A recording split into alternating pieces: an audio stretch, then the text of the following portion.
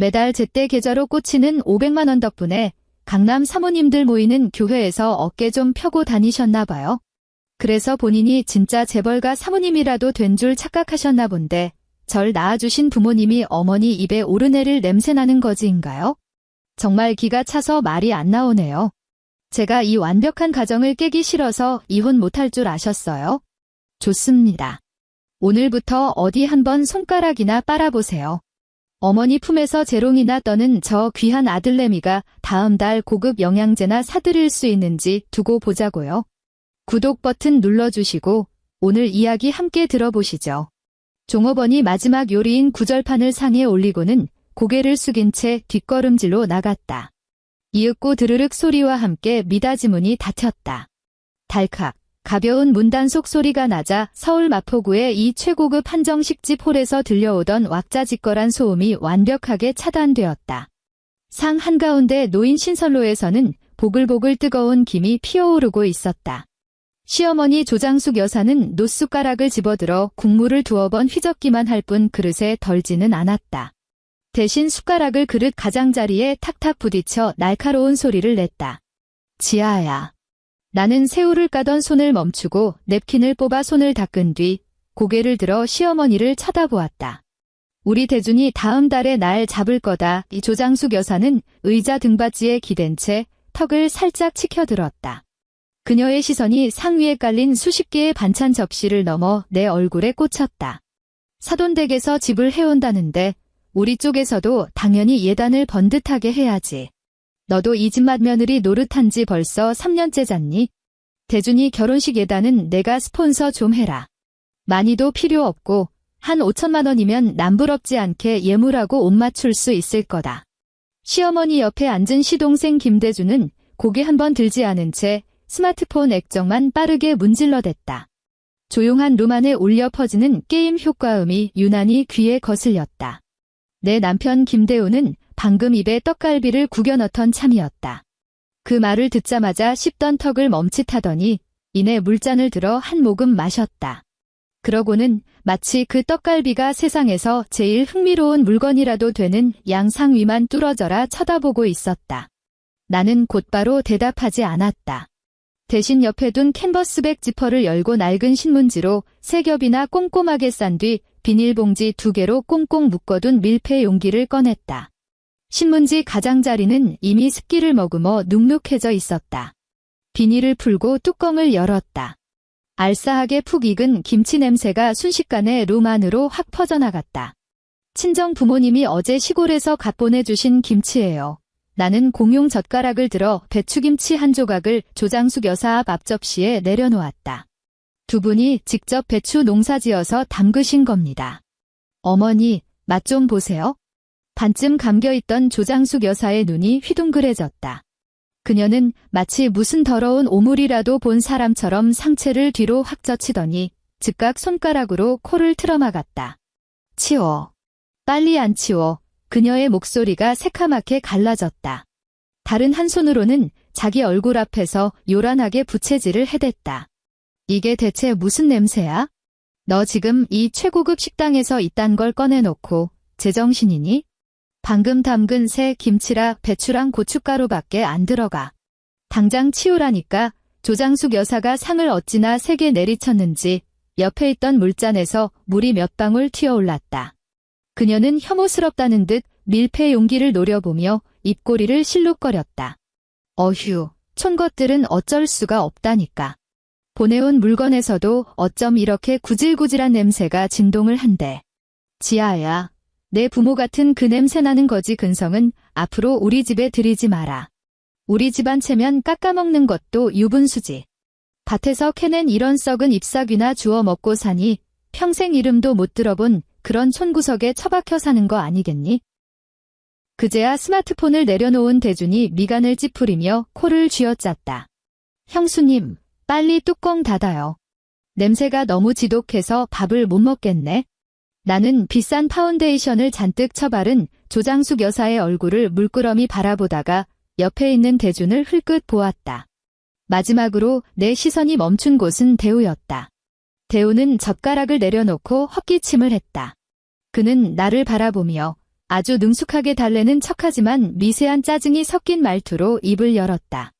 지아야, 얼른 집어넣어. 어머니 말씀 틀린 거 하나 없어. 다 너 생각해서 하시는 말씀이잖아. 시골에서 온 게 위생이 보장된 것도 아니고 혹시라도 먹고 배탈 나면 어떡해. 어머니가 한마디 하시면 그냥 네 하고 들으면 되지 뭘 그렇게 또 기를 쓰고 달려들어. 그는 아예 그 밀폐 용기 쪽으로 손을 뻗어 자기가 뚜껑을 닫으려 했다. 나는 그의 손을 피해서 천천히 뚜껑을 닫아 꾹 눌렀다. 다시 비닐봉지를 씌우고 신문지를 한 겹 한 겹 싸서 가방 안에 집어넣었다. 손끝에 가방 안쪽에 들어있던 빳빳한 종이 파일이 닿았다. 나는 화를 내지도 않았고 지난 3년 동안 늘 그랬듯 고개를 숙이며 죄송해요. 제가 생각이 짧았어요. 라고 말하지도 않았다. 대우의 입술에 번들거리는 떡갈비 기름기를 가만히 바라보다가 불쑥 짧은 실소를 터뜨렸다. 너 지금 뭘 웃어? 조장숙 여사가 미간을 팍 구겼다. 어른이 타이르는데 태도가 그게 뭐야? 나는 가방 지퍼를 열고 그 파일을 쑥 뽑아 들었다. 파일은 허공에서 유려한 곡선을 그리며 날아가 조장숙 여사의 면상을 정통으로 강타한 뒤 그녀의 앞접시 위로 나동그라졌다. 옆에 있던 간장 종지가 뒤집히면서 그녀가 그토록 자랑해 마지 않던 최고급 실크 블라우스의 시커먼 간장 국물이 사방으로 튀었다. 야, 윤지야 너 미쳤어. 조장숙 여사가 비명을 지르며 벌떡 일어나 블라우스에 묻은 간장을 허둥지둥 닦아냈다. 대우도 거칠게 몸을 일으켰다. 의자가 마룻바닥을 긁으며 끼익하는 귀청 찢어지는 소리를 냈다. 지아야, 너 지금 뭐 하는 짓이야? 나는 그들을 본체만체하고 코트 주머니에서 스마트폰을 꺼내 곧바로 단축 번호를 눌렀다. 전화가 연결되고 스피커폰 모드에서 은행 VIP 전담 직원의 상냥한 목소리가 룸 안에 울려 퍼졌다. 안녕하십니까, 윤지아 고객님. 무엇을 도와드릴까요? 지금 즉시 내 명의로 된 끝자리 0394 번호 가족카드 정지시켜주세요. 나는 또박또박 흔들림 없는 목소리로 말했다. 그리고 매달 5일, 계좌번호 773-12에 88990으로 자동이체되는 500만 원도 해지해 주시고요. 네, 지금 당장 처리해 주세요. 대우의 얼굴이 순식간에 사색이 되었다. 그는 내 스마트폰을 뺏으려고 한 걸음 앞으로 다가왔다. 너 미쳤어. 그거 엄마가 평소에 쓰는 카드잖아. 나는 몸을 들어 그를 피했다. 상담원이 전화를 끊고 통화 종료 화면이 뜨는 것을 확인한 뒤 스마트폰 화면을 끄고 다시 주머니에 찔러 넣었다. 그쪽 엄마지, 내 엄마 아니야. 나는 의자 등받이에 걸려있던 코트를 집어들어 팔에 걸쳤다. 그 5천만 원짜리 예단, 그 잘나고 체면 차리기 좋아하는 당신들 집안에서 알아서들 모아봐. 그리고 그 파일 안에 든 서류, 도장 찍어서 우리 회사로 보내고. 나는 미닫이 문을 열어젖혔다. 등 뒤에서 그제야 상황 파악을 한 조장숙 여사가 상위에 떨어진 파일을 집어들고 겉장에 적힌 이혼 합의서라는 굵은 글씨를 확인하더니 숨이 넘어갈 듯 헉하는 소리를 냈다. 이 독사 같은 년. 우리 대우가 너 같은 거랑 이혼하면 더 좋은 여자 못 만날 줄 알아? 나는 뒤도 돌아보지 않았다. 복도에 깔린 두툼한 카페트 위로 구두 굽소리를 올리며 그 발작 같은 악다구니를 등 뒤로 가볍게 넘겨버렸다.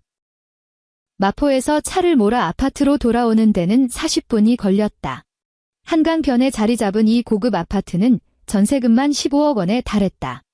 3년 전 결혼할 때 대우의 부모는 예식장 예약금조차 내기 싫어 요리조리 피했었다. 이 15억 원짜리 전세금은 내가 IT 기업에서 8년 동안 디렉터로 일하며 모은 돈과 결혼 전 가지고 있던 주식을 처분해서 마련한 내 피 같은 돈이었다. 주차를 마치고 엘리베이터에 올라탔다. 현관문 앞에 서서 문에 달린 까만색 도어락을 물끄러미 바라보았다.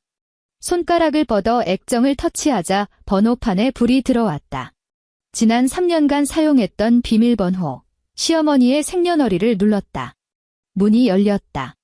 나는 안으로 들어가 신발도 벗지 않은 채 곧바로 현관문 안쪽 설정 패널의 초기화 버튼을 눌렀다. 비 소리가 난 뒤 우리 부모님의 결혼기념일 6자리를 새로 입력했다.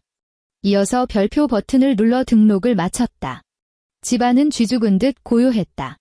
나는 안방으로 들어가 그의 옷을 짐 싸듯 챙기지도 않았고 욕실에서 그의 세면도구를 치우지도 않았다. 아일랜드 식탁으로 다가가 얼음물 한 잔을 따라 단숨에 들이켰다. 그러고는 스마트폰을 열어 은행 거래 내역을 확인했다. 끝자리 0394 번호의 가족카드는 확실하게 거래 정지 상태로 바뀌어 있었다.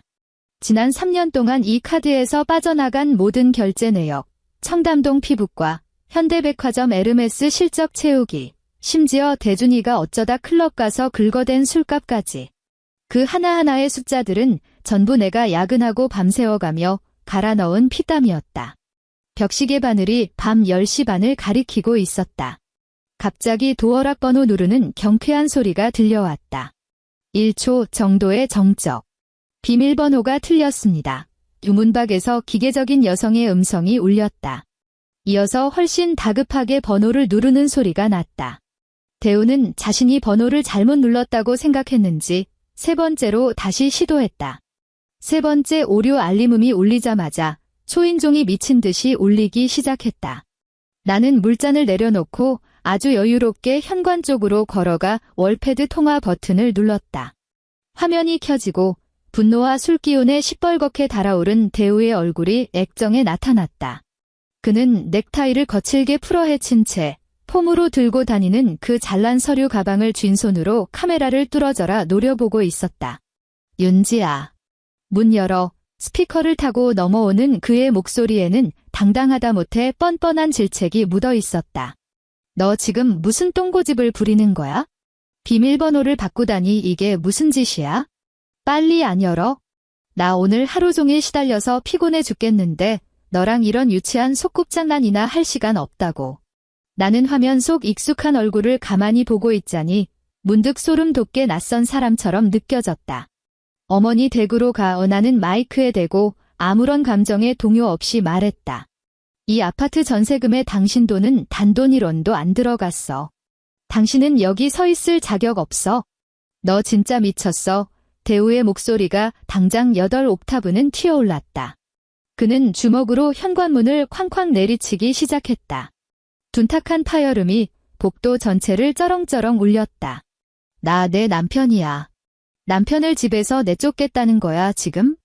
우리 엄마가 장인 장모 김치 가지고 몇 마디 했다고 이 난리를 쳐? 내가 이럴 수 있어? 당장 문 열어. 이혼 서류 다 읽었으면 도장이나 찍어. 우리 사이에 더 이상 할 말 없으니까?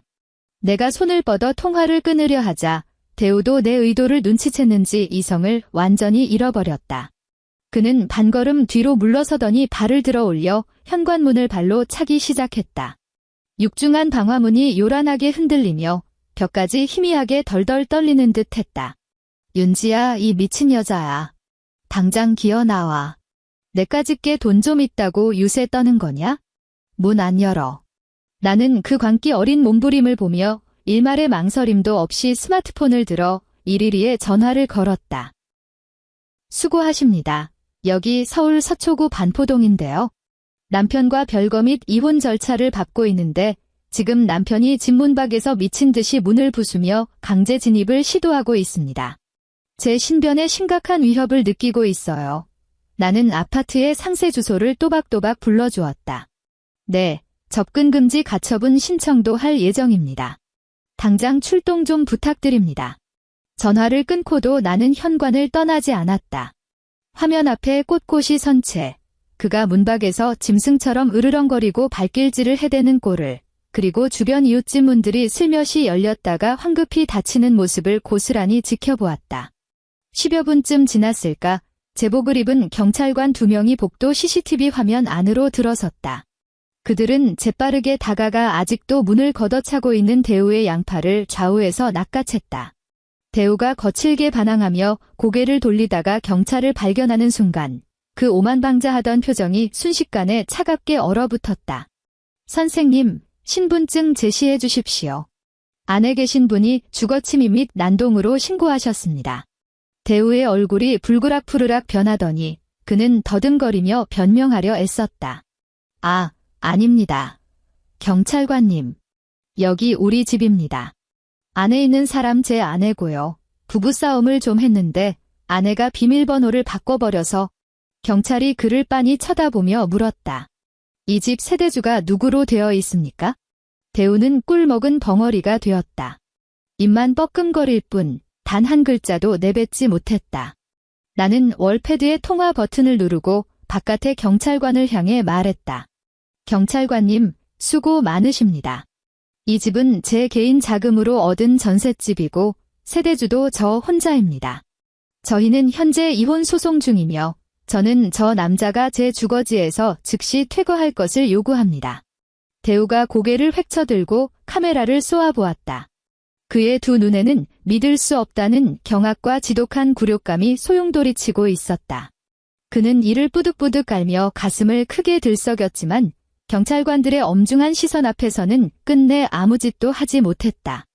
그는 구겨진 양복마이를 대충 툭툭 털어 정리하고 바닥에 뒹굴어 먼지를 뒤집어 쓴 서류 가방을 주워들었다. 카메라를 향해 도끼 품은 눈총을 한 번 쏘아붙이고는 꼬리를 내린 패잔병처럼 경찰을 따라 엘리베이터 쪽으로 터덜터덜 걸어갔다. 복도는 다시 죽은 듯한 정막을 되찾았다. 나는 월패드 전원을 끄고 몸을 돌려 욕실로 향했다. 수도꼭지를 가장 차가운 쪽으로 돌려 세수를 했다. 거울 속 여자는 아무런 표정이 없었고 눈가엔 붉어진 기색조차 단 한 줌도 남아있지 않았다. 그 주 주말 나는 텅 빈 회사에 출근해 인수합병 건과 관련된 데이터 검수 작업을 하고 있었다. 사무실에는 오로지 키보드 두드리는 소리만 타닥타닥 울려 퍼졌다. 책상 위에 올려둔 개인용 스마트폰이 갑자기 지잉하고 울렸다. 액정 화면에 몹시 익숙한 이름이 깜빡거렸다. 조장숙. 며칠 동안 대우는 회유와 협박을 오가는 쓰레기 같은 메시지를 수십 통이나 쏟아냈지만 나는 단 한 번도 답장하지 않았다. 조장숙 여사가 직접 전화를 걸어온 것은 이번이 처음이었다. 나는 통화 녹음 버튼을 켠 뒤 전화를 받았다. 윤지야, 날카로운 표독스러운 괴성이 단숨에 수화기를 뚫고 튀어나왔다. 스피커폰을 켜지 않았는데도 고막이 찢어질 듯 따가웠다. 너 도대체 무슨 미친 짓거리를 하는 거야? 지금 당장 은행에 전화해서 그 카드 정지 풀어. 당장. 나는 스마트폰을 귀에서 살짝 떼어냈다. 조 여사님. 그 카드, 제 명의로 된 카드입니다만. 내가 내 시어머니다. 시어머니가 며느리 카드 좀 쓰는 게 뭐 어때서 그녀의 목소리에 씩씩거리는 숨소리가 섞여 들어갔다. 뒷목이라도 잡은 모양이었다. 너 내가 지금 어디 있는 줄 알아? 청담동 피부과야. 방금 리프팅 시술 다 받고 데스크에서 결제하려는데 그 싹수 없는 데스크 기집애가 카드가 정지됐다는 거야. 바로 옆에 K그룹 회장 사모님도 보고 계셨어. 내 체면을 이렇게 똥칠을 해. 성형외과 데스크 앞에서 시술 직후라 퉁퉁 부어오른 얼굴을 하고 쓸모도 없는 플라스틱 조각을 쥔 채 분통을 터뜨리는 그녀의 우스꽝스러운 꼴이 눈앞에 선연히 그려졌다. 창피하신 줄 아시면 본인 귀한 아들 카드로 결제하시죠. 나는 모니터 화면의 데이터 표를 응시하며 대꾸했다. 매달 꼬박꼬박 월급도 받잖아요. 우리 대우 그 쥐꼬리만 한돈으로 어림이나 있어. 너도 걔 외제차 할부금 나가는 거 뻔히 알면서 조장숙 여사는 무심코 속마음을 내뱉어버렸다는 걸 깨달았는지 흠친 말을 멈추었다. 그리고는 금세 더 악독한 말투로 돌변했다. 이 배은망덕하고 교양 없는 기집애야? 똑똑히 들어라. 내가 이런 식으로 나온다고 내가 굽힐 줄 알아? 나중에 눈물 콧물 쏙 빼며 대우한테 매달릴 때 내가 너 어떻게 밟아주나 두고 봐. 마음대로 하세요. 나는 가차없이 전화를 끊어버리고 곧바로 그 번호를 수신 차단 목록에 쳐박았다. 통화 녹음 파일이 자동으로 저장되었고 나는 그 파일을 바탕화면에 만들어둔 증거자료 폴더 안으로 드래그했다. 10분도 채 지나지 않아 대우의 메시지가 미친 듯이 쏟아지기 시작했다. 나는 채팅방을 열었다. 지아야, 너 진짜 너무하는 거 아니야? 엄마가 지인들 앞에서 얼마나 큰 망신을 당했는지 알아? 나 이번 달 월급 방금 들어왔는데 자동차 할부금 150만 원 내고 나니까 남는 게 하나도 없어. 엄마 평소에 드시던 툭불 한우랑 홍삼은 끊으면 안 되잖아. 거기다 아파트 관리비도 내야 하는데 나 당장 그만한 현금 융통할 데가 없다고. 내가 이렇게 빌게. 최소한 이번 달 목인 500만 원은 먼저 보내줘. 대준이 결혼식 예단 문제는 우리가 다시 얘기해 볼 수 있잖아. 나는 자동차 할부금 150만 원이라는 텍스트를 보며 손가락으로 책상을 톡톡 두드렸다.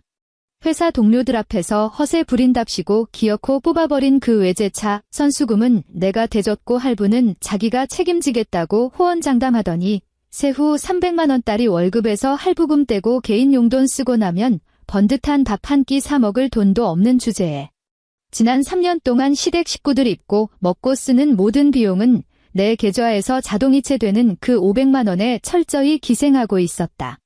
나는 단 한 글자도 답장하지 않았다. 그저 이 찌질한 채팅 내역을 전부 캡처한 다음 압축해서 나의 법률 대리인인 박 변호사에게 전송했다. 오후 3시 나는 회사 건물 1층에 있는 카페에서 박 변호사를 만났다. 그는 두툼하게 철해진 금융거래 내역서를 내 앞으로 쓱 밀어주었다.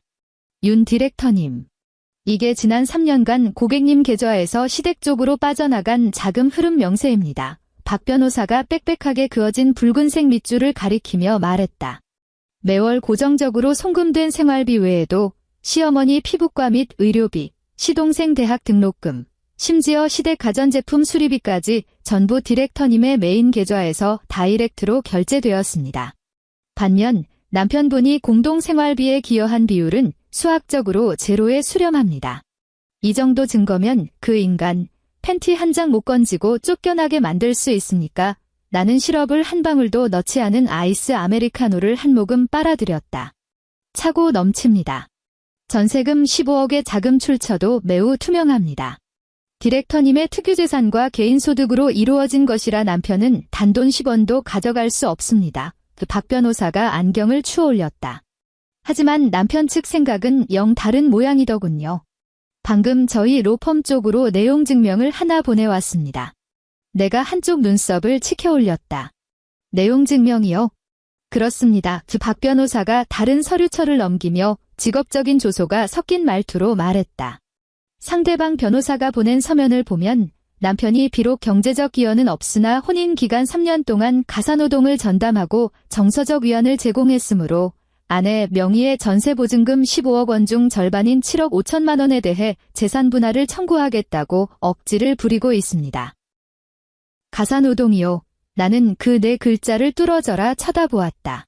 지난 3년간 밥 처먹고 나면 식기세척기에 그릇 하나 넣는 법 없이 소파에 벌러덩 들어 누워 롤이나 하던 그 인간의 널찍한 등짝이 스쳐 지나갔다. 이런 헛소리에는 대응하실 가치도 없습니다. 그 박 변호사가 서류철을 덮었다. 반 소장은 이미 준비해 두었습니다. 전 재산 포기 및 알몸 퇴출은 기본이고 혼인 기간 중 지속적인 정서적 학대와 시댁 식구들의 친정 부모 모욕을 사유로 막대한 위자료까지 청구할 계획입니다. 나는 창밖으로 보이는 서울의 탁한 미세먼지 낀 하늘을 바라보며 잔에 남은 아이스 아메리카노를 바닥까지 쭉 빨아들였다. 씁쓸한 원두의 맛이 식도를 타고 넘어가자 머릿속이 얼음물을 뒤집어 쓴 듯 명확해졌다. 당장 소장 접수하시죠. 그 잘난 외제 차 바퀴짝 하나도 못 건지게 탈탈 털어버릴 테니까요. 테이블 위에 올려둔 스마트폰 액정이 번쩍 빛났다. 대우가 보낸 카톡이었다. 윤지야, 사람 쥐도 새도 모르게 몰아세우지 마. 너 진짜 내가 3년 동안 셔터맨 노릇만 한 줄 알아? 소송 걸려면 걸어봐. 법정에서 끝까지 가보자. 그 전세금 15억, 내 지분도 확실하게 있으니까. 나는 그 문자를 보며 싸늘하게 입꼬리를 비틀어 올렸다. 나는 스마트폰을 뒤집어 테이블에 엎어두고 빈 커피잔을 옆으로 밀어냈다. 박 변호사님, 나는 맞은편에 앉은 그를 응시했다. 가사노동 기여도를 입증하려면 뭔가 들이밀 증거가 있어야 할 텐데요.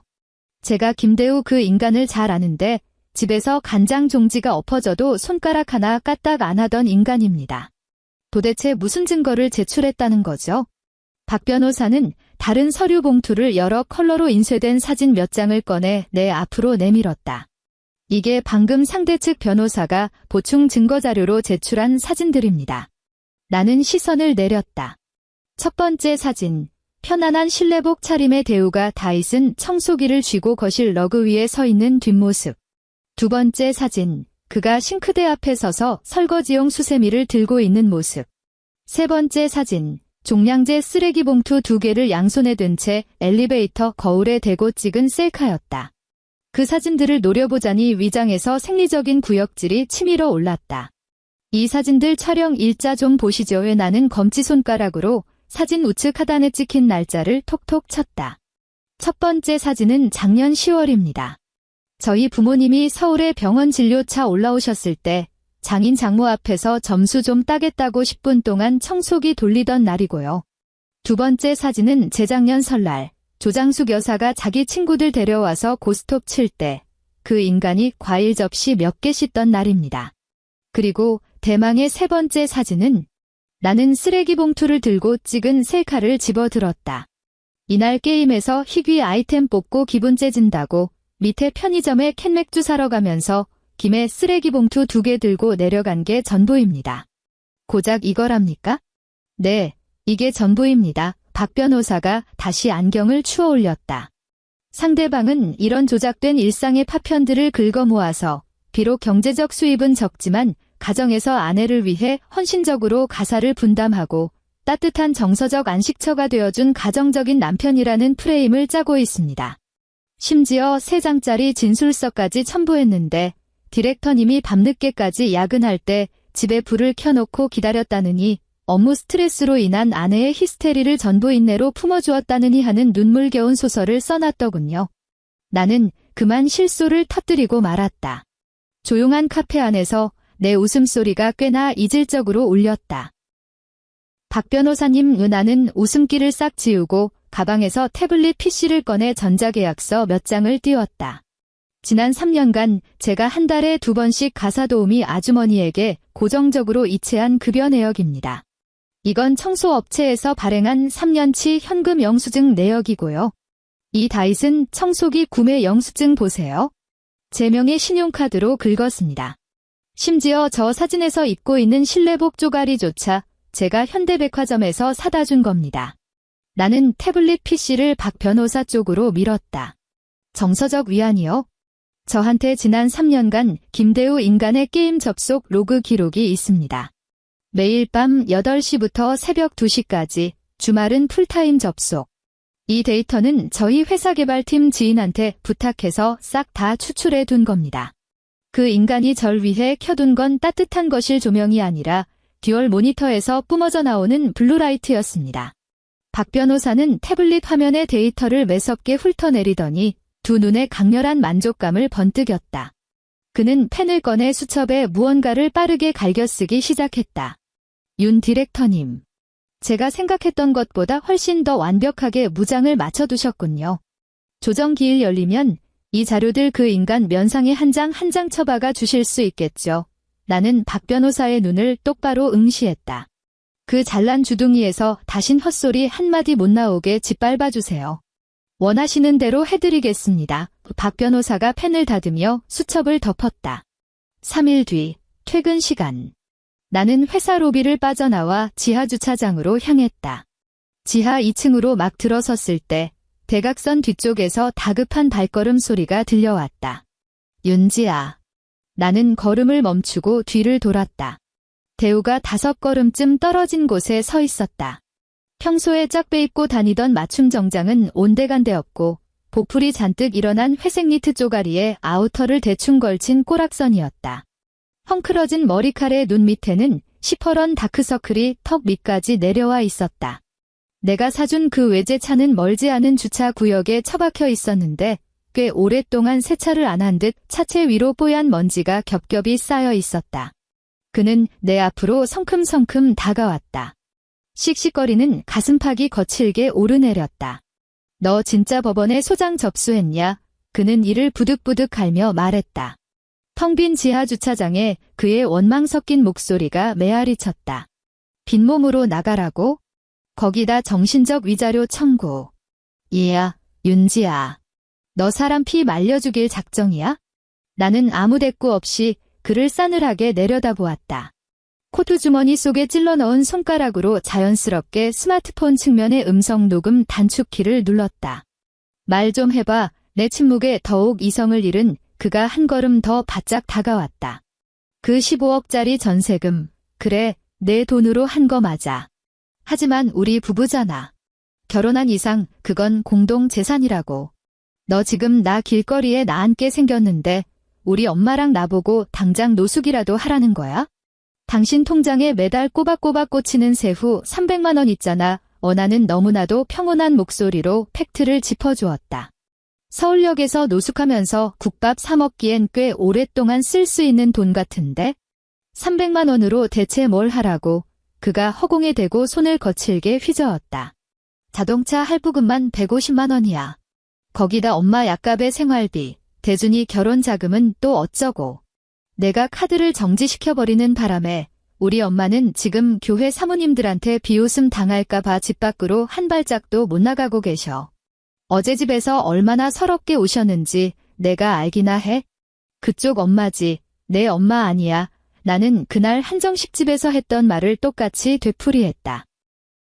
윤지야, 대우의 눈 밑으로 시뻘건 핏발이 섰다. 나를 죽일 듯이 노려보던 그는 갑자기 누그러진 말투로 구역질 나는 시혜적인 태도를 취하기 시작했다. 내가 아직 화가 덜 풀렸다는 거 알아? 김치일은 우리 엄마가 실수하신 거야? 내가 대신 사과할게. 됐지? 너도 이만큼 난리쳤으면 화 풀렸을 거 아니야. 소송 취하하고 나 다시 집으로 들어가게 해줘. 그럼 돈줄 끄는 건 없던 일로 쳐줄게. 대준이 예단비도 더 이상 강요 안 할 테니까 그 5천만 원은 우리가 알아서 구해보든지 할게. 이 정도면 됐잖아. 나는 너무나도 당당한 그의 얼굴을 물끄러미 바라보았다. 이 순간까지도 그는 내가 그저 홧김에 투정을 부리는 줄 알고 있었다. 자기가 아주 조금만 고개를 숙여주면 내가 지난 3년 동안 늘 그랬듯이 감지덕지하며 양손으로 카드를 바칠 거라고 굳게 믿고 있었다. 대우야, 나는 조용히 그의 이름을 불렀다. 내 부름에 타협의 여지를 발견한 듯 그의 두 눈이 번쩍 빛났다. 그는 몸을 앞으로 쓱 들이밀었다. 똑똑히 들어 나는 그의 눈을 똑바로 응시하며 한 글자 한 글자 또박또박 내뱉었다. 내가 당신을 상대로 소송을 건 건 홧김에 화풀이하려는 게 아니야. 내 인생에서 당신이라는 존재를 뿌리째 뽑아내서 쓰레기통에 처박아버리기 위해서지. 당신, 그리고 당신의 그 거머리 같은 집구석, 구역질나고 역겨워. 대우는 멍하니 얼어붙었다. 그의 얼굴에 떠올랐던 기대감은 서서히 경악으로 물들었고 이내 극도의 분노로 일그러졌다. 이 미친년이 그는 짐승처럼 으르렁거리며 이빨 사이로 그 말들을 짓씹어 뱉어내더니 벼락같이 손을 뻗어 내 멱살을 움켜쥐었다. 내가 뭐라도 되는 줄 알아? 한 번 갔다 온 늙은 여자를 나 말고 누가 거들떠나 볼 것 같아. 내가 이렇게까지 막 나가겠다면 나도 오늘. 나는 반항하지 않았다. 그저 고개를 살짝 들어 그의 등 뒤를 바라보았을 뿐이다. 손마엔의 목소리엔 단 한 올의 감정적 동요도 묻어나지 않았다. 대우는 뒤를 돌아보지 않은 채 오히려 소나귀의 힘을 더 꽉 쥐었다. 목이 콱 조여왔다. 멀지 않은 곳에서 엘리베이터 문이 열렸다. 검은 제복을 입은 보안 요원 2명이 무전기를 든 채 젠걸음으로 뛰어나왔다. 저기 당신. 지금 뭐 하는 짓입니까? 보안 요원이 쩌렁쩌렁한 목소리로 호통을 쳤다. 대우는 화들짝 놀라며 불에 댄 사람처럼 황급히 손을 놓았다. 그는 허둥지둥 두어 걸음 뒷걸음질을 치며 달려오는 보안 요원들을 향해 고개를 돌렸다. 윤 디렉터님, 괜찮으십니까? 앞장서서 달려온 보안팀장이 내 앞을 가로막아 서며 경계하는 눈빛으로 대우를 노려보았다. 전 괜찮습니다. 은하는 구겨진 옷깃을 매만지며 말했다. 이 사람은 저희 회사 직원이 아닙니다. 모르는 사람이에요. 방금 주차장에서 저한테 언어적 폭력과 물리적 위협을 가했습니다. 모르는 사람이라고. 대우가 두 눈을 부릅뜨고 내 코앞에 삿대질을 하며 핏대를 세웠다. 나 내 남편이야. 머지않아 남이 될 겁니다. 은하는 그를 차갑게 쳐다보며 말했다. 팀장님, 이 사람 좀 내보내주세요. 만약 반항하면 바로 경찰에 신고하시고요. 보안팀장이 싸늘하게 얼굴을 굳히며 밖을 향해 손을 뻗었다. 선생님, 당장 퇴거해 주십시오. 불응하시면 강제 조치를 취할 수밖에 없습니다. 대우는 덩치 큰 보안 요원들과 나를 번갈아 쳐다보았다. 그는 이빨을 뿌득 갈더니 나를 향해 삿대질을 한 채 고개를 끄덕끄덕했다. 그래. 윤지야, 어디 두고 보자. 법정에서 만나. 내가 그 15억을 어떻게 다 꿀꺽 삼키나 똑똑히 지켜볼 테니까. 그는 획 돌아서서 그 외제 차를 향해 성큼성큼 걸어가더니 차 문을 열고 부서질 듯 쾅 닫았다. 엔진이 찢어질 듯한 굉음을 토해냈고 타이어가 바닥과 마찰하며 날카로운 비명을 질렀다. 차는 마치 꽁지가 빠지게 도망치듯 주차장을 쏜살같이 빠져나갔다. 나는 코너 너머로 사라지는 후미등을 가만히 지켜보다가 주머니에서 스마트폰을 꺼냈다. 녹음을 중지하고 저장한 뒤 박 변호사에게 전송했다. 또 하나의 강력한 증거가 추가되었다. 한 달 뒤 서울 가정법원. 조정실 안의 공기는 숨이 턱 막힐 정도로 무거웠다. 벽에 달린 냉난방기 송풍구에서는 단조로운 윙윙 소리만이 맴돌았다. 나와 박 변호사는 긴 테이블 우측에 자리를 잡았다. 맞은편에는 대우와 그의 대리인인 최 변호사가 앉아 있었다. 한가운데에는 50대 즈음 되어 보이는 조정위원이 착석했다. 오늘 대우는 방금 다림질을 마친 듯한 빳빳한 짙은 남색 정장 차림이었다. 넥타이는 단정하게 매여 있었고 머리카락도 흐트러짐 없이 세팅되어 있었다. 그는 그곳에 앉아 꼿꼿하게 허리를 펴고 알량한 체면과 자존심을 지켜보려 안간힘을 쓰고 있었다. 하지만 그 얄팍한 체면은 머지않아 갈기갈기 찢겨나갈 참이었다. 재산 분할 부분에 관하여 말씀드리겠습니다. 최 변호사가 헛기침을 하며 먼저 포문을 열었다. 나의 의뢰인인 김대우 씨는 3년간의 혼인 기간 동안 비록 원고보다 소득은 적었으나 막대한 양의 가사노동을 전담하였으며 원고에게 없어서는 안 될 정서적 지원을 아끼지 않았습니다. 따라서 민법의 관련 규정에 의거하여 현재 거주 중인 아파트의 전세보증금 15억 원에 대한 재분배를 주장하며 그중 30%에 해당하는 지분, 즉 4억 5천만 원을 청구하는 바입니다. 7억 5천만 원에서 4억 5천만 원으로 줄어들었다. 자기들도 이전에 부른 값이 얼마나 터무니없는 헛소리였는지 뼈저리게 깨달은 모양이었다. 조정위원이 우리 쪽을 바라보았다. 원고 측 의견 있으십니까? 박 변호사는 아무런 대답 없이 그저 자기 앞에 놓인 두툼한 검은색 서류철을 열었다. 그는 깔끔하게 제본된 서류 더미를 쓱 뽑아내어 테이블 한가운데로 밀어넣었다. 조정위원님, 이것은 원고 측에서 제출하는 증거 목록 제1호증부터 5호증까지의 자료입니다. 박 변호사의 목소리는 차분하지만 강렬한 힘이 실려 있었다. 첫째, 가사노동 기여도에 관한 건입니다. 이는 지난 36개월 동안 원고 윤지아 씨가 가사 도우미 업체에 지급한 계좌 이체 내역입니다. 주 3회, 매회 4시간씩 청소, 빨래, 정리정돈 등 모든 가사 업무를 포괄하고 있습니다. 피고 김대우 씨가 제출한 소위 가사노동을 했다는 사진들은 사실관계 확인 결과 어쩌다 한번 연출해서 찍은 사진에 불과하며 실질적인 가사기여로 인정될 수 없습니다. 최 변호사가 미간을 찌푸렸다. 비록 가사 도우미를 썼다 할지라도 가정 내 일상적인 유지 보수는 둘째, 박 변호사가 그의 말을 싹둑 자르며 두 번째 서류를 꺼내 들었다. 정서적 지원에 관한 건입니다. 원고 측은 피고의 일일 게임 접속 시간 로그 데이터를 제출합니다.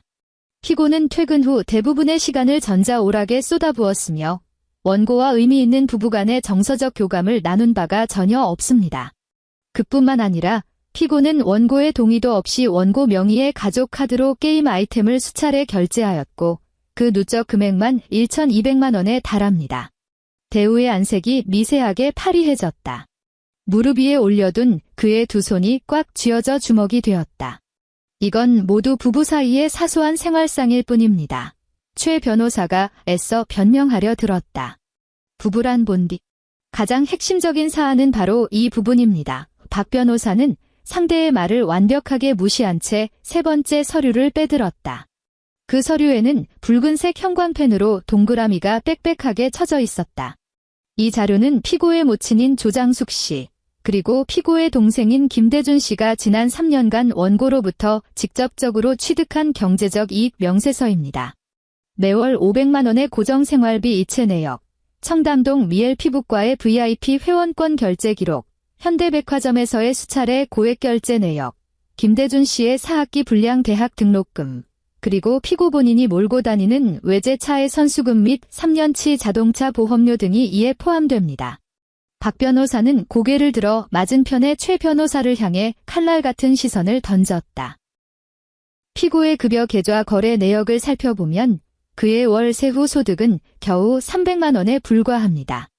이 금액은 피고 본인의 자동차 할부금과 개인 용돈을 제하고 나면 공동재산에 기여하기는커녕 피고 측 본가의 사치스러운 소비 생활을 감당하기에도 턱없이 모자란 수준입니다. 사실상 지난 3년간 원고 윤지아 씨가 피고와 피고의 원가족을 일방적으로 부양해왔음이 명백히 입증됩니다. 조정실 안은 서류 넘기는 소리만 바스락거릴 뿐 쥐죽은 듯 고요했다. 조정위원은 붉은색 펜으로 둥그렇게 표시된 천문학적인 액수들을 들여다보며 미간을 깊게 구겼다. 김대우 씨 이 조정위원이 대우를 쳐다보았다. 원고 측 변호인이 진술한 이 재무 데이터들 사실로 인정하십니까? 대우의 입술이 파르르 떨렸다. 그는 곁에 앉은 최 변호사를 힐끔 쳐다보았으나 최 변호사는 고개를 푹 숙인 채 테이블만 뚫어져라 응시할 뿐 그와 시선을 마주치려 하지 않았다. 저도 기여한 바가 있습니다. 대우가 고개를 획쳐들며 다급하게 목소리를 높였다. 끝이 덜덜 떨리고 있었다. 우리 엄마잖아요. 며느리가 시어머니 모시는 게 당연한 이치 아닙니까? 그깟 돈, 윤지아 쟤한테는 껌값이나 다름없어요. 명색이 IT 디렉터고 연봉이 몇 억인데 결혼했으면 시댁 챙기는 건 상식 중의 상식 아닙니까? 피고 이 조정위원이 책상을 탁탁 두드리며 엄중한 어조로 경고했다. 여기는 법정입니다. 제시된 금전적 수치에 대해서만 사실 여부를 답변하십시오. 저는 대우는 꿀 먹은 벙어리가 되었다. 그는 어금니를 꽉 깨물었고 이마 위로 식은 땀이 송글송글 맺히기 시작했다. 피고 측에서 재무 데이터를 반박하지 못하는 것으로 간주하고 원고 측은 정식으로 반소를 제기합니다. 박 변호사가 새로운 소장을 꺼내 들었다.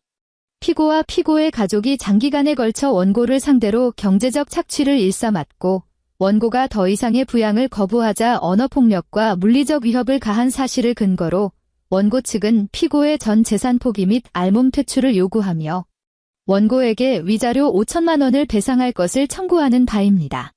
5천만 원, 대우가 용수철처럼 튀어올랐다. 의자가 쾅소리를 내며 뒷벽에 나동그라졌다. 강도야 뭡니까? 나한테 5천만 원이 어딨다고요. 착석하세요. 조정위원이 불호령을 내렸다. 대우는 씩씩거리며 숨을 몰아쉬었고 최 변호사가 그의 팔을 잡아 끌어 억지로 자리에 앉혔다. 언어폭력 및 물리적 위협이라는 주장에 대해서는 전면 부인하는 바입니다. 최 변호사가 이마에 땀을 훔쳐내며 말했다. 피고의 모친께서 다소 격앙된 어조로 말씀하신 바는 있으나 이는 어디까지나 어른이 아랫사람을 훈계하는 일상적인 차원이었으며 결코 정신적 학대로 간주될 수 없는 사안입니다. 물리적 위협 주장은 더더욱 터무니없는 허위 사실입니다. 마침내 내가 입을 열었다. 나는 애써 평정을 가장하는 대우의 얼굴을 응시하며 가방에서 USB를 하나 꺼내 테이블 위에 올려놓았다.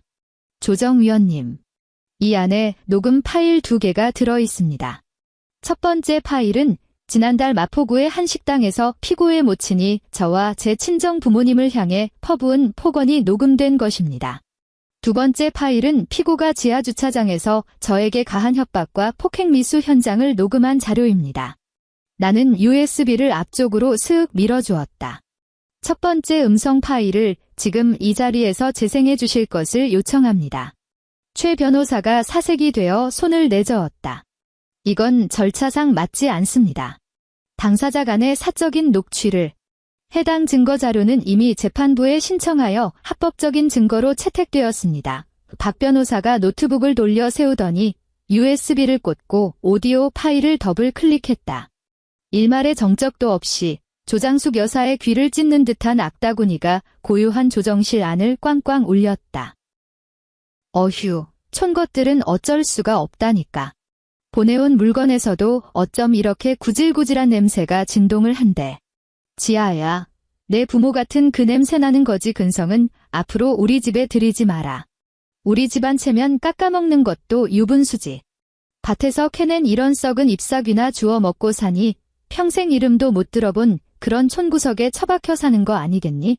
녹음 상태는 소름 끼치도록 선명했다. 한 글자 한 글자가 뺨을 후려치는 듯한 타열음을 냈다. 음성 파일의 재생이 끝났다. 조정실안은 무덤처럼 싸늘한 정적에 휩싸였다. 조정위원이 쥐고 있던 볼펜을 탁 내려놓았다. 그는 맞은편의 대우를 바라보며 감추려야 감출 수 없는 혐오감과 경멸을 가득 담은 시선을 던졌다. 대우의 얼굴은 이미 백지장처럼 하얗게 질려 있었다.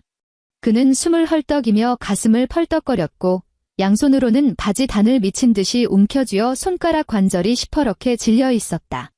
턱이 가슴팍에 닿을 만큼 푹 숙인 그의 모습은 마치 척추뼈가 모조리 뽑혀나간 한 마리 개새끼나 다름없었다. 김대우 씨, 나는 그를 똑바로 응시하며 결코 크지 않지만 심장을 관통할 만큼 선명한 어조로 말했다. 우리 부모님은 시골에서 평생 흙을 파먹으며 농사를 지으셨고 그 피땀으로 저를 서울대에 보내셨습니다. 부모님이 정성껏 담가 보내주신 그 김치는 제가 15억 전세금으로 얻은 우리 집에서 단연코 가장 깨끗하고 귀한 물건입니다. 오히려 당신들 가족이야말로 뼛속까지 썩은 냄새가 진동하는 진짜 거지 떼들이지. 대우가 고개를 획 쳐들었다. 그의 두 눈은 핏발로 시뻘겋게 물들어 있었다. 그는 입을 쩍 벌린 채 미친 듯이 악을 쓰고 발악하려 했으나 조정위원의 서슬퍼런 눈빛과 박 변호사의 얼음장 같은 시선, 그리고 산더미처럼 쌓여있는 그놈의 금융거래 내역서 앞에서 끝내 찍소리조차 내지 못했다. 조정은 결렬되었다. 사건은 곧장 정식 재판 절차로 회부되었다. 하지만 진짜 승패는 이미 그날 조정실에서 완벽하게 결판이 난 것이나 다름없었다. 그 후로 몇 달 동안 대우는 단 한 통의 문자도 보내오지 않았다. 들리는 소문에 의하면 그는 수임료가 싼 삼류 변호사로 교체하여 법정에서 발악을 해보려 했지만 그 철옹성 같은 빼박 증거들 앞에서는 모든 발버둥이 한낱 삼류 코미디로 전락하고 말았다고 한다. 늦가을에 첫비가 차갑게 대지를 적신 후 법원에서 발송한 판결문이 내 앞으로 날아들었다. 나는 사무실의 통유리창 앞에 걸터앉아 페이퍼 나이프로 누런 서류 봉투의 윗부분을 조심스레 갈랐다. 그 안에서 묵직한 두께의 서류 뭉치를 꺼냈다. 손끝에 닿는 종이의 질감이 서걱거리며 묘한 현실감을 안겨주었다. 나는 첫 장을 훌쩍 넘겨 마지막 두 장에 인쇄된 주문 결론 부분으로 시선을 옮겼다. 빽빽하게 인쇄된 텍스트 사이를 눈으로 훑어내렸다. 제1항, 원고 윤지아와 피고 김대우는 이혼한다. 제2항, 원고 명의로 된 아파트 전세보증금 15억 원은 원고의 특유재산 및 개인소득으로 형성된 바 피고의 실질적인 기여도가 인정되지 않으므로 전액 원고에게 귀속된다. 제3항, 피고 김대우는 혼인 기간 중에 부당한 처우 및 피고 원가족에 대한 비정상적인 경제적 지원으로 혼인 파탄의 중대한 책임이 인정되므로 원고에게 위자료 및 재산 분할 청구금으로 도합 8천만 원을 지급하라. 제4항, 소송 비용은 피고가 부담한다. 나는 그 8천만 원이라는 활자에 시선을 고정한 채 아주 오랫동안 눈을 떼지 못했다. 드디어 모든 게 끝났다.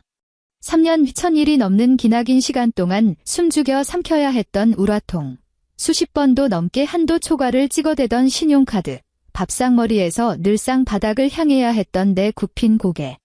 그 모든 치욕스러운 파편들이 마침내 이 차갑고 명징한 몇 장의 판결문으로 응축되어 내 손에 들어왔다. 나는 눈물 한 방울 흘리지 않았다. 가슴을 쫙 펴고 숨을 깊게 들이마시자 폐부 깊숙이 밀려드는 공기가 그 어느 때보다 청량하고 맑았다. 나는 스마트폰을 들어 박 변호사에게 짤막한 메시지를 보냈다. 그동안 고생 많으셨습니다. 위자료 건은 즉시 강제 집행 절차 들어가 주시죠. 박 변호사의 답장은 빛의 속도로 날아왔다. 이미 강제 집행 신청 들어갔습니다. 아, 그리고 디렉터님께서 흥미로워하실 만한 소식이 하나 있습니다. 피고 측 자산조회 과정에서 확인된 바인데 소송 비용과 위자료 8천만 원을 충당하기 위해 어제 자로 그 애지중지하던 외제차를 중고차 딜러에게 헐값에 매각했더군요. 피고 명의로 된 나머지 유동자산은 모친의 빚구덩이를 메우느라 진작에 바닥이 난 상태입니다. 액정에 뜬 글자들을 보며 나는 언제나 팔이 낙상할 듯 삐까뻔쩍하게 광을 내고 다니던 대우의 그 잘난 외제차를 떠올렸다. 그게 그 인간의 마지막 알량한 빤스 한 장이었는데 이제 그마저도 무참히 찢겨 발가벗겨진 셈이었다. 이틀 뒤 생각지도 못한 곳에서 전화 한 통이 걸려왔다. 발신자 정보가 없는 번호였다. 전화를 받자 수화기 너머로 귀에 익은 여자의 목소리가 들려왔다. 주체할 수 없는 흥분과 가십을 향한 아드레날린이 잔뜩 묻어나는 목소리였다. 어머머, 지아씨. 나야 나, 교회 이 집사. 혹시 번호 지운 건 아니지? 나는 살짝 미간을 찌푸렸다. 조장숙 여사가 강남교회에서 그렇게나 어울려 다니던 소위 사모님 패밀리 중 한 명이었다. 지난 3년간 조장숙 여사는 허구한 날 나를 병풍처럼 끌고 다니며 모임 밥값을 계산하게 만들었었다. 무슨 일로 연락하셨어요? 이 집사님. 어휴, 세상에. 지아씨 대우랑 이혼했다며? 어쩌면 좋아. 진짜 안 됐다. 이 집사의 목소리에는 동정심 따위는 단 1g도 없었고 오직 특급 찌라시를 퍼뜨리고 싶어 안달난 욕망만이 번들거렸다. 지아씨는 모를 거야. 그 잘나신 시어머니. 아니, 조장숙이가 지금 꼴이 얼마나 우스운지. 글쎄 지난주에 아파트 관리소에서 짐 싸서 쫓겨났다니까. 대우가 매달 200만 원씩 나가는 월세랑 관리비를 도저히 못 버텨서 쫓겨난 거래. 보증금은 옛날 옛적에 그 큰아들 대준이 결혼 준비한다고 싹 다 빼서 말아먹었다나 봐. 나는 한 손으로 스마트폰을 쥔 채 모니터 화면에 데이터 표를 응시하며 그녀의 말을 가만히 들어주었다. 어제 조장숙이가 교회에 기어 나왔는데 어땠는 줄 알아? 맨날 걸치고 다니던 그 에르메스 스카프는 어디다 팔아먹었는지 보풀다 일어난 누더기 코트를 입고 왔더라고. 타고 다닐 차도 없어서 마을버스 타고 왔대. 경기도 안양 구석에 다 쓰러져가는 빌라 반지하로 이사했다나 뭐라나. 우리 사모님들이 왜 요새 청담동 피부과로 마사지 받으러 안 오냐고 슬쩍 떠보니까 얼굴이 시뻘개져서 말도 못하고 꿀 먹은 벙어리가 된 거 있지? 내 보기엔 앞으로 쪽팔려서 우리 교회는 발도 못 들일 거야. 이 집사는 숨이 넘어갈 듯 깔깔거리며 웃어댔다. 지아씨, 내 말이 맞지? 그런 거머리 같은 집구석은 하루라도 빨리 손절하는 게 정답이야. 다들 뒤에서 수군거려. 지아씨 없으면 그 집 식구들 길바닥에 나앉아서 구걸도 못할 위인들이라고. 소식 전해주셔서 감사합니다. 집사님. 제가 지금 한창 업무 중이라 이만 끊겠습니다. 나는 건조한 표정으로 통화 종료 버튼을 눌렀다. 조장숙의 비참한 몰락, 대우의 궁상맞은 처지, 남부럽지 않은 예단을 바치지 못해 산산조각날 위기에 처한 대준의 결혼식. 이 모든 파국은 이제 나와는 철저히 무관한 남의 나라 이야기가 되었다. 그 집구석에 끓는 냄비는 진작에 바닥까지 타들어가 구멍이 났고 남은 거라곤 시커멓게 눌어붙어 썩은 내를 풍기는 잿더미뿐이었다. 달력은 어느덧 12월로 넘어갔다. 서울에는 겨울을 알리는 짙은 첫 안개가 내려앉았다. 아침 7시 반. 나는 회사 건물 지하의 임원 전용 주차 구역에 차를 세웠다. 노트북 가방을 챙겨 들고 1층 로비의 스피드 게이트를 향해 걸음을 옮겼다. 건물 밖은 농밀한 안개로 가득 차 잿빛 미세먼지가 거리를 스산하게 뒤덮고 있었다. 로비의 유리 회전문 밖으로 웬 인형 하나가 어른거렸다. 유리창을 사이에 두고 나는 그 자리에 우뚝 멈춰섰다. 김대우였다. 그는 더 이상 말쑥한 슈트 차림이 아니었다. 동대문에서 주워온 듯한 싸구려 검은색 롱패딩을 칭칭 감고 있었는데 패딩 밑단은 이미 허옇게 때가 타 있었다. 발에는 흙탕물이 잔뜩 튄 낡아 빠진 운동화가 신겨져 있었다. 새집처럼 엉망으로 헝클어진 머리에 어깨를 한껏 움츠린 채 그는 주머니에 두 손을 찔러 넣고 사풍 속에서 오들오들 떨며 제자리 걸음을 치고 있었다. 매일 아침 출근 전 거울 앞에서 30분씩 머리에 왁스를 쳐바르고 비싼 맞춤 정장이 아니면 몸에 걸치지도 않으며 넥타이 핀 하나까지 수는으로 깔맞춤하던 과거의 그 헛에 충만한 김대우는 이제 온데간데 없이 증발해버렸다. 내 모습을 발견한 그의 두 눈동자가 기적을 본 듯 휘둥그레졌다. 그는 유리문 쪽으로 허겁지겁 다가와 문을 밀치고 들어오려 했으나 입구를 지키던 보안 요원이 단호하게 그의 팔을 가로막았다. 선생님, 당사 직원이 아니시면 방문 예약증을 제시해 주셔야 합니다. 대우는 다급한 손길로 문 안쪽에 서 있는 나를 가리켰다. 저 사람 좀 만나러 왔습니다. 윤지아 디렉터님요. 제가 그 사람. 그는 말문이 턱 막혔다. 남편이라는 그 두 글자, 이제는 두 번 다시 그의 입에 올릴 수 없는 단어였다. 나는 사원증을 태그하고 스피드 게이트를 통과했다. 엘리베이터 쪽으로 가는 대신 방향을 틀어 유리문 앞까지 다가갔다. 두꺼운 강화 유리벽 하나를 사이에 두고 나는 그를 조용히 응시했다. 나를 마주한 대우는 미친 듯이 유리창을 탕탕 두드려댔다. 그의 얼굴엔 처절한 애원이 그득했다. 추위에 시퍼렇게 얼어붙은 입술 사이로 터져나온 하얀 입김이 유리창 위로 뿌옇게 성애를 만들었다. 나는 회전문 옆에 쪽문을 밀고 밖으로 나섰다. 살을 애는 듯한 겨울바람이 순식간에 내 몸을 덮쳐왔다. 지아야, 대우는 마치 썩은 동아줄이라도 발견한 듯 덥석 한 걸음 앞으로 다가섰다. 보안 요원이 즉각적으로 그의 앞을 철통같이 막아섰다. 여긴 무슨 일이지? 나는 그의 운동화 코에 들러붙은 더러운 진흙을 힐끗 내려다보았다. 경기도 안양에서 1호선을 타고 지옥철을 뚫어 여기까지 오는 데만 꼬박 1시간 반은 좋게 걸렸을 터였다. 지아야, 대우의 목소리는 형편없이 떨리고 있었다. 그게 극심한 추위 때문인지 아니면 다른 무언가 때문인지는 알 수 없었다. 그의 눈빛에서 과거의 오만방자함은 티끌만큼도 찾아볼 수 없었고 오직 물에 빠진 자의 끔찍한 절망만이 찬란거렸다. 나 차 팔았어. 법원에서 때린 그 8천만 원 중에 아직 3천만 원이 모자라. 우리 엄마 지금 몸이 너무 안 좋으셔. 그낡은 아파트 보일러가 고장나서 매일 밤 기침하느라 잠도 못 주무셔. 대준이네 사돈댁에서는 예단비 문제 때문에 결국 파혼하자고 통보해왔고 그는 마른 침을 꿀꺽 삼켰다. 목을 대가 고통스럽게 위아래로 꿈틀거렸다. 내가 다 잘못했어. 지아야, 내가 진짜 뼈저리게 후회하고 있어? 지난 3달 동안 매일 퇴근하고 그 곰팡내 나는 반지하 방구석에 들어가면 엄마는 나붙들고 욕지거리를 해대고 대준이는 미쳐서 집안 살림을 때려 부수는데 나 진짜 정신병 걸릴 것 같아. 고기 반찬은커녕 삼각김밥 하나 사 먹을 돈도 없다고. 그는 비참하게 고개를 떨구었다. 양손은 주머니 안에서 덜덜 떨며 패딩천을 뜯어낼 듯 움켜쥐고 있었다. 너 혹시 그 8천만 원 강제 집행 신청 취소해주면 안 될까? 아니면 시간이라도 조금만 더 줘. 내가 이렇게 빌게. 우리가 부부로 살았던 지난 3년의 정을 봐서라도 제발 부탁이야.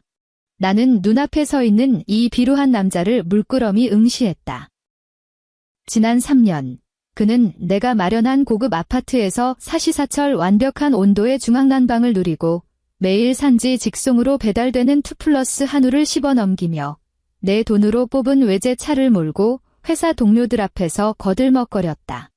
그 시절, 그는 그 모든 호사가 마치 태어날 때부터 자기 것인 양 착각했다. 내 부모님이 거친 손으로 정성껏 버무린 그 귀한 김치가 본인의 고상한 식탁에 오를 자격조차 없다고 비웃어대던 인간이었다. 대우야. 그가 번쩍 고개를 들었다. 동공 깊은 곳에서 일말의 얄팍한 희망이 찰나의 빛을 발했다. 그날 한정식 집에서 당신네 엄마가 우리 부모님한테 무슨 막말을 짓거렸는지 아직 기억나.